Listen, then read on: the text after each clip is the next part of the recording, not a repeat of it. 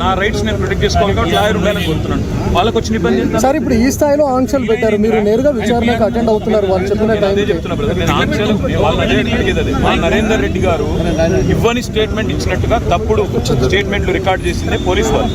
అందుకే నాకు వాళ్ళ మీద నమ్మకం లేదు కాబట్టి నా లాయర్ని తెచ్చుకున్నాను.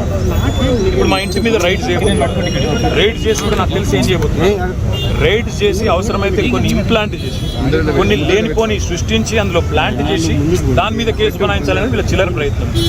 నేను చిట్టినాయుడు గారికి చెప్పేది ఒకటే, ఇవన్నీ డ్రామాలు చేసినా, ఎన్ని కథలు పడ్డా, ఎన్ని అక్రమ కేసులు పెట్టినా, నువ్వు రైతు భరోసా ఎగ్గొట్టింది ప్రజలకు తెలుసు, నువ్వు మాట తప్పింది తెలుసు, 420 హామీలు ఎత్తగొట్టింది ప్రజలకు అర్థమైంది. నువ్వెన్నీ చేసుకున్నా తప్పకుండా నిన్ను వదిలిపెట్టాం. ప్రజాక్షేత్రంలో తప్పకుండా మా హక్కుల కోసం కొట్లాడు. ఇవాళ నేను అడిగేది ఏంటంటే, మొన్న నరేందర్ రెడ్డికి జరిగింది, ఇవాళ నాకు జరగదని గ్యారంటీ ఏంది?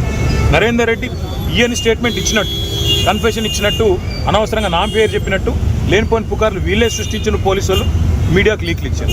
ఇలా నాకు కూడా అట్లే చేస్తారనేది నా డౌట్. రెండవది ఇవాళ నేను మళ్ళీ చెప్తున్నా, నేను ఇక్కడ రాగానే నా ఇంటి మీద రేడ్ చేయాలని చెప్పి వాళ్ళు ప్లాన్ చేసుకున్నారు.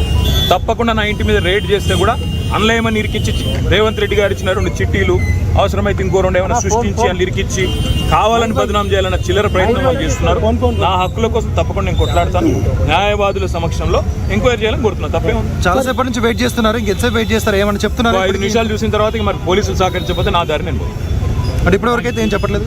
పోలీసు వాళ్ళు మరి లిఖితపూర్వకంగా ఏం చేయట్లేదు, కానీ వాళ్ళు ఫోన్లు వాళ్ళు ఏదో మాట్లాడుతున్నారు పైకి. రేవంత్ రెడ్డికి మాట్లాడుతున్నారో మరి ఇంకా డీజీపీకి మాట్లాడుతున్నారో ఎవరికి మాట్లాడుతున్నారో తెలియదు.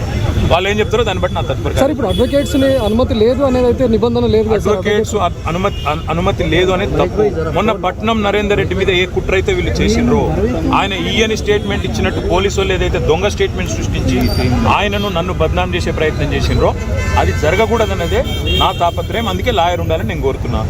లాయర్ ఉంటే వాళ్ళకి అభ్యంతరం ఏందో నాకు అర్థమైతే లేదు. ఏమైనా కానూను ఉందా చూపెట్టు, కాగితం చూపెట్టు, కాగితం చూపెట్టు. సార్ మీరు క్వశ్చన్ చేస్తే ఏం చెప్తున్నారు సార్? అడ్వకేట్స్ తీసుకొని వెళ్తాను కానీ మా ఇష్టం ఇది. ఇక్కడ భారత రాజ్యాంగం లేదు, అంబేద్కర్ రాసిన రాజ్యాంగం లేదు, అనుముల రేవంత్ రెడ్డి రాసిన రాజ్యాంగం ఉంది. మా ఇష్టం, మా జాగిరి అంటారు. ఏం చేయాలి సార్? ఉద్దేశపూర్వకంగానే మిమ్మల్ని ఇక్కడ డైవర్ట్ చేసి ఇంటి వైపు రైడ్కి వెళ్ళారు. ఇంటి మీద ఇప్పుడు రైడ్కి వెళ్ళడానికి ప్రయత్నం చేస్తున్నారు. వాళ్ళు రైడ్ చేసి కూడా మన ప్లాంట్ చేస్తారనేది నా అనుమానము. తప్పకుండా చట్టపరంగా న్యాయపరంగానే వర్లేదు.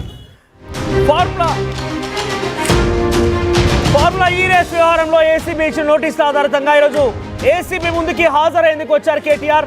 ఆయన వచ్చి రాగానే ముందుగా పోలీసుల్ని ఆశ్రయించి తనతో పాటుగా తన అడ్వకేట్ కూడా తీసుకువెళ్తాను, లేదంటే ఇక్కడ నుంచి ఇటే వెళ్ళిపోవాల్సి వస్తుందని కూడా చెప్పారు. ఆయన పోలీసులకి చెప్పినప్పటికీ పోలీసులు మాత్రం ఎట్టి పరిస్థితుల్లో ఒప్పుకోలేదు. కేవలం ఆయన ఒంటరిగానే ఏసీబీ విచారణకు హాజరు కావాలని చెప్పడంతో అంతా కూడా అందరూ అక్కడ కొంత వాగ్వాదం దిగారు పోలీసులతో. కేటీఆర్ ఎట్టి పరిస్థితుల్లో అడ్వకేట్ వస్తానని నేను వస్తాను, లేదంటే పోలీసులు మంచి స్క్రిప్ట్ రైటర్లుగా మారిపోయారు. రాజమౌళి కంటే మంచిగా కథలు వెళ్తున్నారు. గతంలో లగచర్ల ఘటనలో కూడా పట్నం నరేందర్ రెడ్డి తన పార్టీకి సంబంధించిన మాజీ ఎమ్మెల్యేని